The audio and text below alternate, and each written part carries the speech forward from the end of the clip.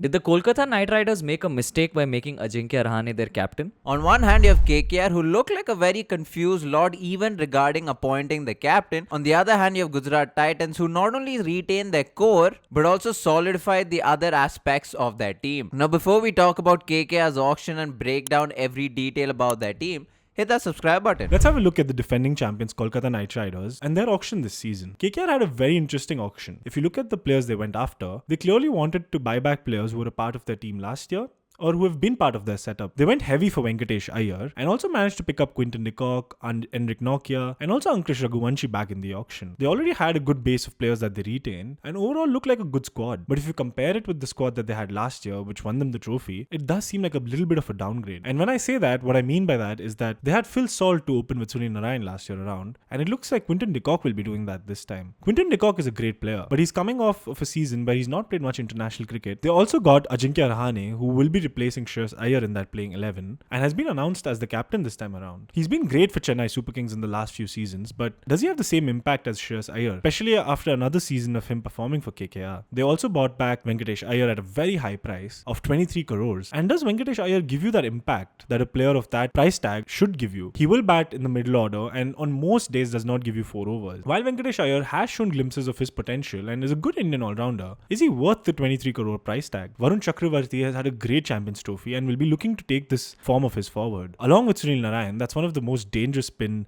duo attacks in the IPL. But if you see the pace bowling attack, they maintain the attack of Harshit Rana and Vaibhav Arora, but have replaced Mitchell Starc last year with Enric Nokia this time around. While Enric Nokia is a great international fast bowler, he doesn't have the same effect as a Mitchell Starc would on an opponent team. Mitchell Starc does come with the fear factor, and if you notice last season, he didn't get off to the best of starts, but when it came to the important matches and it came to the knockouts, Mitchell Starc was there performing for KKR. Overall, it does look like a good squad, but again, did they miss out a few tricks in the auction? And did they go after the wrong players from their previous setup? One player to look out for this season for Kolkata Knight Riders, amongst all their talented players, has to be Ramandeep Singh. He was part of the Indian setup after the IPL, but didn't get much game time. He did play really well for the Kolkata Knight Riders, although they have a lot of young talented players in that setup. Ramandeep Singh has a lot of potential. He's a rare commodity in Indian cricket who can hit the long ball and has the highest strike rate in the KKR team. He can also bowl in the late 130s and is a brilliant fielder. He gives you all the things that you require from an all-rounder and will be raring to go this season. The management backed him by retaining him in the auction and he will look forward to repay that faith back. I wouldn't be surprised if Ramandeep, Russell and Venkatesh Iyer are used as the extra seaming option and they play an extra batter. It'll also be interesting to see where Ramandeep bats, given that Ajinkya Rahane will most likely bat at 3. Now, for the purpose of this analysis, we've taken T20 data from all around the world in all the leagues that happened since 2021. We've established 2 metrics. The first metric being the IPL mean. Now, this is the metric that is taken from all the batters who are part of the IPL and is an average of their batting average as well as their batting strike rate. The second metric that we have is the top 20 IPL mean, which is the same as the IPL mean but for the top 20 best batters in the IPL. The Kolkata Knight Riders have had a roller coaster of a ride with appointing the captain, and you cannot look past Rahane when it comes to this. Rahane has an average of 31, which is better than the IPL mean with a strike rate of 139. These numbers are decent enough, and that's exactly what you get with Rahane. Numbers that don't really stand out, but you get a lot of experience with him, and the fact that he's had a splendid domestic season, and because he's changed his game in the T20 format where he batted top of the order for CSK and took the attack from ball 1. I do say all of this, but if you look at the KKR team objectively, if Rahane wasn't the captain, he wouldn't have made it into the squad in the first place. In the opening slot, you have 3 options that you can work with. You can have the likes of Quinton de Kock, Sunil Narayan as well as Rahmanullah Gurbaz. It'll be a surprise if Sunil Narayan doesn't continue to open the innings for the KKR because he is an overseas player and you know he is going to play as a bowler. Just having him at the top of the order makes a lot of sense for the balance of the squad. What you get with Sunil Narayan at the top of the innings is that he has a really good balls per boundary ratio at just 4.22. What this means is that Sunil Narayan is getting a boundary every 4 deliveries, and this is something that you want at the top of the order and something that he's also been doing consistently for KKR. If you also have a look at his power play numbers, he strikes at 159.6 during this period, and this is one of the highest strike rates we have seen in the power play for any team and any batter. batter. It will be interesting to see which one of Quinton de Kock or Rahmanullah Gurbaz does get that other opening slot, and I say this because they both have the same kind of experience, both of them expertise in T20 cricket and have been playing in franchise leagues all around the world. Not only that, they also double up as the wicketkeeper for this squad. In terms of averages, Quinton de Kock has a slightly better average than Rahmanullah Gurbaz, with Quinton de Kock's average being 29, whereas Rahmanullah Gurbaz just has an average of 24. What is a little different, however, is the strike rates, with Gurbaz having a slightly higher strike rate than Quinton de Kock. Talking about the middle order, Venkatesh Iyer will be a very important player in the team, not only because of his all-rounder capabilities, but because of the way and the style he bats in. He has an average of 38, which is better than the IPL mean, and a strike rate of 142. Now, the problem with Venkatesh Iyer starts here. If you look at his T20 phase-wise numbers, he has a strike rate of 140 in the middle phase, which is decent, but only 166 at the death. Even his balls per boundary or non-boundary strike rate numbers aren't the most impressive. Now, with the price tag that he has and how KKR was so desperate to get him and possibly be the next captain for the franchise team, it will not only be important for him to be consistent, but to also stand out in terms of batting and bowling numbers. One player who might be an X-factor and currently stands out in this batting lineup is Ramandeep Singh. While his average is just 25.3, he has the highest strike rate amongst any of the batters in this franchise, striking at 175. This means that his numbers are higher than the top 20 IPL mean strike rate, and he is a kind of player who would come in and explode right from the start of his innings for the Kolkata Knight Riders. In addition to this, he also has the best non-boundary strike rate for a batter in this squad, and this number is 75.3, and this means that for all of the balls where he's not getting a boundary, his strike rate is still 75. He's also someone who finds a boundary consistently with a balls per boundary ratio of just 4.25. Add to that, he also has had a recent experience with the Indian team at the emerging Asia Cup, and all of this means that he will be an important player for the KKR in terms of their balance and the experience he's bringing to the squad. Talking about the finishers of the KKR, you of course have Andre Russell and Rinku Singh. Now, Andre Russell has been in the KKR family for the longest time, and he is a monster when it comes to T20 cricket. He has an average of 26 with a strike rate of 167, which is the second best strike rate in this team, and of course better than the top 20 IPL mean. But it's not just this, he also has the best balls per boundary ratio. With a ratio of 4.0, it means that he just takes 4 deliveries to hit a boundary. And then when you come to Rinku Singh, you're only going to continue to be impressed. He has an average of 45 with a strike rate of 151. With that, he has a non-boundary strike rate of 70, which means he's not just someone looking for boundaries, but he's also consistently rotating strike. Now, even when you look at his T20 phase-wise numbers, you'll realize why he's such a master of the death overs. He has a strike rate of 127 in the middle phase that he picks it up to 196 by the end. Now, the form of Andre Russell and Rinku Singh will be very, very important for KKR because not only are they good finishers, but they're also batters who can bat under pressure and take the team out of a hole. When it comes to KKR's bowling, you definitely cannot look past the likes of Sunil Narine and Varun Chakravarti. Both these mystery spinners can bowl in all phases of the game, and they're not just spinners that you will use in the middle overs. We've seen them bowl with the new ball, we've seen them bowl in the death overs. Add to that, Sunil Narayan's experience is something that's going to stand out, and for Varun Chakravarti, he's just come off a brilliant season for the Indian team, which means he will be high on confidence. Looking at Sunil Narayan's numbers, his economy is out of the world. With an economy of just 6.25, he's probably one of the most economical bowlers going around in the IPL. Narayan's phase-wise numbers are also equally impressive. In the power play, he has an economy of 7.1, but this is the costliest he is in the entire T20 game. When it comes to the middle overs, this economy drastically comes down to 6.0, and in the death, this number goes up only slightly to 6.6. Varun Chakravarti, on the other hand, is slightly more expensive with an economy of 7.4, but he has a good bowling average of 21. In terms of his phase-wise numbers, he is effective in the power play as well as the middle overs, gets slightly expensive towards the death, but if you see his power play economy is just 6.7, and this goes up only slightly in the middle overs to 7.1. Expect both of these bowlers to come out and dominate, especially if there are pitches where there is a little bit of aid for spin. KKR is definitely going to benefit from having 8 overs from these two top-class bowlers. Now, an observation to be made here is that the overseas fast bowlers are the best fast bowlers in this side. Even though the numbers are quite similar, they have an economy of 7.7 and an average of around 22. In comparison, they're very different kind of bowlers. Spencer Johnson is a left-arm new ball bowler who swings the ball, whereas Andrik Notke has extra pace and bounce that he can get from any surface in India. What will be interesting to see is which overseas bowler they go with, because they evidently can't choose both because most of the other options are already taken. Now, looking at an Indian fast bowler who probably will have a lot of eyeballs on him this time, I'm obviously talking about Harshit Rana. Harshit Rana's T20 numbers are not the most impressive with an economy of 8.9 and an average of 22. While statistically speaking, he is an expensive bowler, what's changed from last season to this season is that Harshit Rana has played test matches for India and actually made his debut across formats. Bowling in different conditions throughout the last year means that Harshit Rana has definitely learnt a lot, and coming into this IPL, he will be confident on the back of his Indian experience. He also has the skill set to back his confidence. He is a quick learner, someone who can hit the deck and can also swing the ball,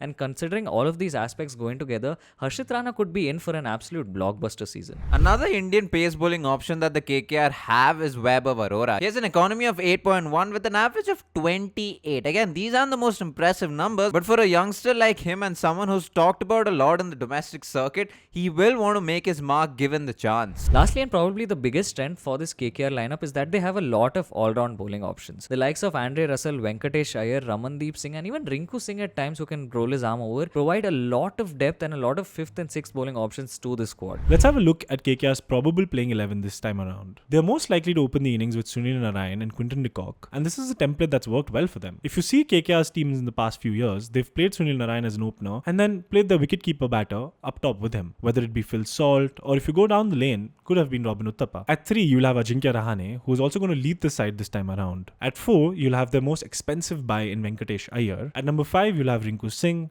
At 6, you'll have Andre Russell, and at 7, you'll have Ramandeep Singh. The 3 of them were retained by the franchise, and for good reason. They looked really dangerous in the last few seasons and have won quite a few games for Kolkata Knight Riders. This does look like one of the most exciting middle orders in this season. Now, with the fact that you have Ramandeep Singh, Venkatesh Iyer, Andre Russell, and Sunil Narine in the top 7, those are 4 quality bowling options. This means that KKR can actually go ahead and play an extra batter, who can also float in the innings depending on how the wickets fall. Here they have 2 options. They can play either Ankush Raghuvanshi or Manish Pandey. I feel like they would back Ankush Raghuvanshi at number 8 and then use him as a floater. So my pick is Ankush Raghuvanshi at number 8. At number 9, you'll have Varun Chakravarti. Number 10, you'll have Harshit Rana. And number 11, you can have Enric Nokia. Here the impact player can be Vaibhav Arora or Chetan Sakaria if you need that extra left arm seamer. What this means is that you have 2 quality spinners in Varun Chakravarti and Sunil Narine. You have 3 frontline seamers in Harshit Rana, Vaibhav Arora and Enric Nokia. And you have the bowling options of Venkatesh Iyer, Ramandeep Singh and Andre Russell. This team looks very well balanced, to be honest, but the only drawback is if you compare them to their own self last season, they do look like they have downgraded a little bit. While they do bat deep and they have some good bowling options, it'll be interesting to see what KKR fans actually think about this team if you compare it with the last season. It'll also be interesting to see how Ajinkya Rahane would lead a side in the IPL. Going from a confused KKR setup to a solidified Gujarat Titans team, let's look at how their auction went about. Let's have a look at Gujarat Titans auction this season. Gujarat Titans managed to pick up some key players and some really important players that will feature for them in this season. Gujarat Titans managed to pick up the likes of Joss Butler, Glenn Phillips, and a good quality Indian bowling attack in Mohammad Siraj and Prasidh Krishna. They also managed to get Kagiso Rabada, who I'm actually looking forward to play this season, especially in that stadium. They also managed to get the likes of Shah Rukh Khan, who's played for them before, alongside Mahipal Lombror, who's been a good IPL player for especially the Royal Challengers Bangalore. Gujarat Titans do have a good squad, but do they lack somewhere in that middle order? They do have the likes of Glenn Phillips, Shah Rukh Khan, Mahipal Lombror, and even Rashid Khan, who can pitch in with the bat, but are these guys match winners? Rahul Tewatia and David Miller were crucial for them in the last few seasons, and while Rahul Tewatia has won them a few games single-handedly, can he do that consistently? Gujarat Titans overall have a good squad, but it looks like the strength and the key for them this season is in that top 3. They have Shubman Gill and Joss Butler, who could open the innings, and then Sai Sudarshan at number 3. They have the likes of Rashid Khan, who they retained this time around, and Washington Sundar and Sai Kishore, who they bought in the auction. They have a lot of options when it comes to their playing 11, and have sort of tried to pack their team with players who can hit the long ball in the middle overs, and pacers who've done well for their different franchises. Overall, Gujarat Titans are a very exciting team to look out for, but again, the key for them would be the consistency in those middle overs. Will they miss the likes of David Miller? That'll be a big question for them this time around. Gujarat Titans, in my opinion, has one of the most solid top 3s in this year's IPL. With Shubman Gill, Joss Butler and Sai Sudarshan, this is an extremely compact and solid top 3 that has a lot of quality in it. As you'll see in this graph, all 3 of these batters have an average that is close to the top 20 IPL mean, and this means that these are batters who consistently come in and score big runs for their side. Joss Butler obviously stands out amongst these 3 because he has the highest strike rate at 145. We also know that Butler is someone who likes to bat through the T20 innings, and he gets better and better as the innings progresses. This is also reflective in his phase-wise numbers for the T20 format. In the power play, he starts off with a strike rate of 139, which picks up to 148 in the middle overs, and by the death, Joss Butler explodes with a strike rate of 198. Now, when you look at his partner in crime and the captain for Gujarat Titans, Shubman Gill, he has an average of 37 with a strike rate of 140, which are decent enough numbers, and even when you look at his T20 phase-wise numbers,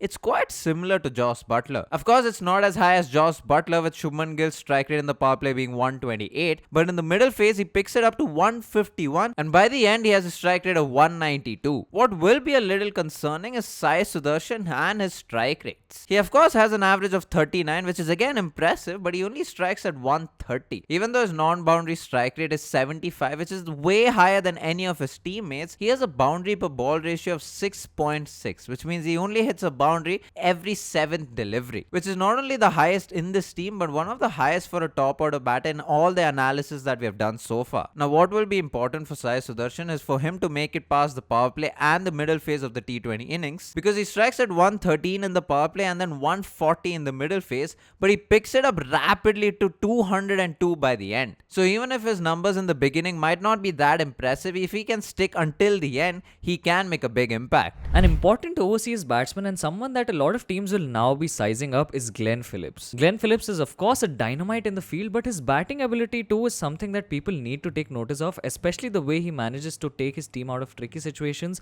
and finish off games. With an average of 31 and a strike rate of 142, Glenn Phillips is the right person to come into those middle overs and pull the team out of tricky situations. He also of course is someone who gives you a bowling option, which means he is coming in and adding depth to that Gujarat Titans lineup. Like the top 3 batters, Glenn Phillips also is someone who accelerates through the phases of a T20 innings, and he is most dangerous at the death with a strike rate of 193. Now, talking about the possible finishers for Gujarat Titans, it will be Shah Rukh Khan and Rahul Tewatia. They may not have the best of averages, but they do strike at around 140, which is better than the IPL mean. They're both good players of spin and pace, but more importantly, they can bat under pressure and have taken the team out of pressure situations to go on to win matches single-handedly. In the middle order, you will have the services of Indian players Anuj Rawat and Mahipal Lomror. Both of them are pocket dynamites and left-handed batters, and although they haven't had any standout IPL seasons so far, they have come in and played the crucial knock here and there, and at Gujarat Titans, they will want to make sure that if given the chance, they are able to cement their spot and have a consistent season. Now, like the KKR setup, you cannot go past the 2 spinners in the Gujarat Titans team. Of course, I'm talking about Rashid Khan and Sai Kishore. Rashid Khan has an economy of 6.7 with an average of just 18. And even if you look at his T20 phase-wise numbers, it continues to be impressive. In the power play, he has an economy of about 7, which comes down to 6.5 in the middle phase and just gets a little more expensive at 7.5 at the death.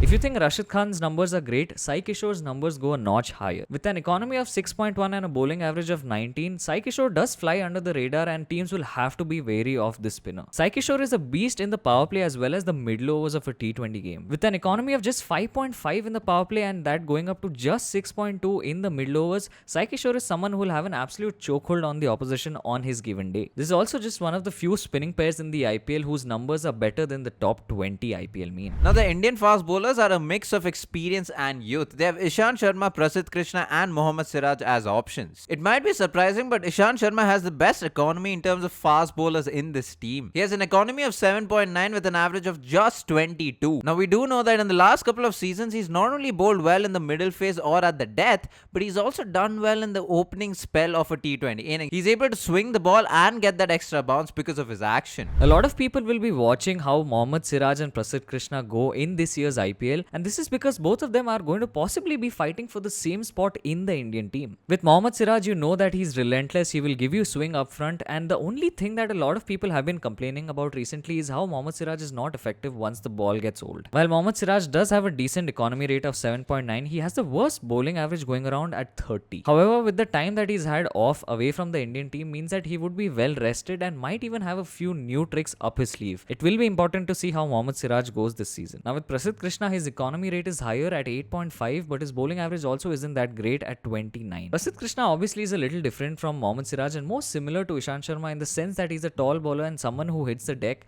and so it will be interesting to see which pacing combination the Gujarat Titans go ahead with. Now, because of the numbers Prasidh Krishna and Mohammad Siraj have, it won't be surprising if the second or the third bowling option is an overseas player. With Gerald Coetzee and Rabada in the side, it will be a toss-up between the two. Gerald Coetzee has a slightly expensive economy of 8.7 but an excellent average of 21, which means even though he concedes a lot of runs, he is an attacking option in terms of getting wickets. Rabada, on the other hand, has an economy of 8.1 and an average of 25. And when you break down Rabada's T20 phase-wise numbers, it's not all that surprising. He has an economy of about 7.4 in the power play, which rises up just a tad bit to 7.8 in the middle phase, and then at the death he is quite expensive by giving 10 runs per over. So it will be important for Gujarat Titans, if they do use Rabada, to use him well at the opening spell and in the middle phase of a T20 match. Because Washington Sundar has been playing for the Indian team across formats, it will be a surprise if he doesn't make it to the Gujarat Titans playing 11. Washi's numbers are decent too, with a bowling economy of 7.5 and a bowling average of 29. Along with Rahul Tewatia, Washington Sundar might be an important cog in those middle overs, and he might not even need to bowl his full quota of overs, but just for the balance of the squad, he is going to be an extremely important asset.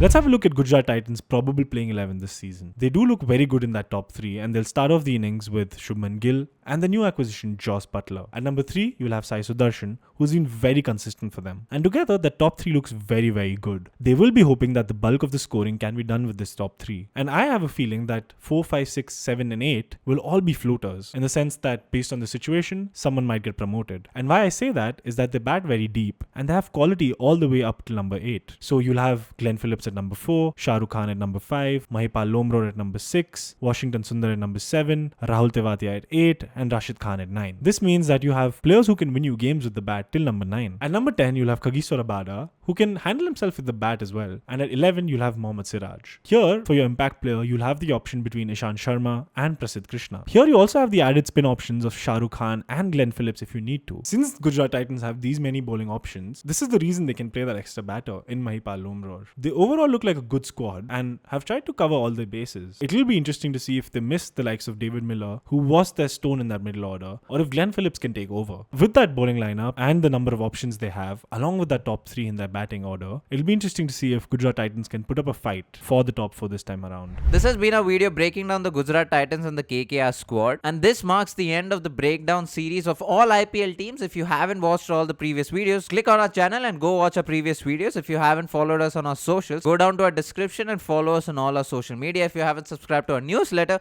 do that too. We are also closing in on 25,000 subscribers, so please subscribe and share this with your friends so that we can reach that 25,000 soon. Thank you so much for watching.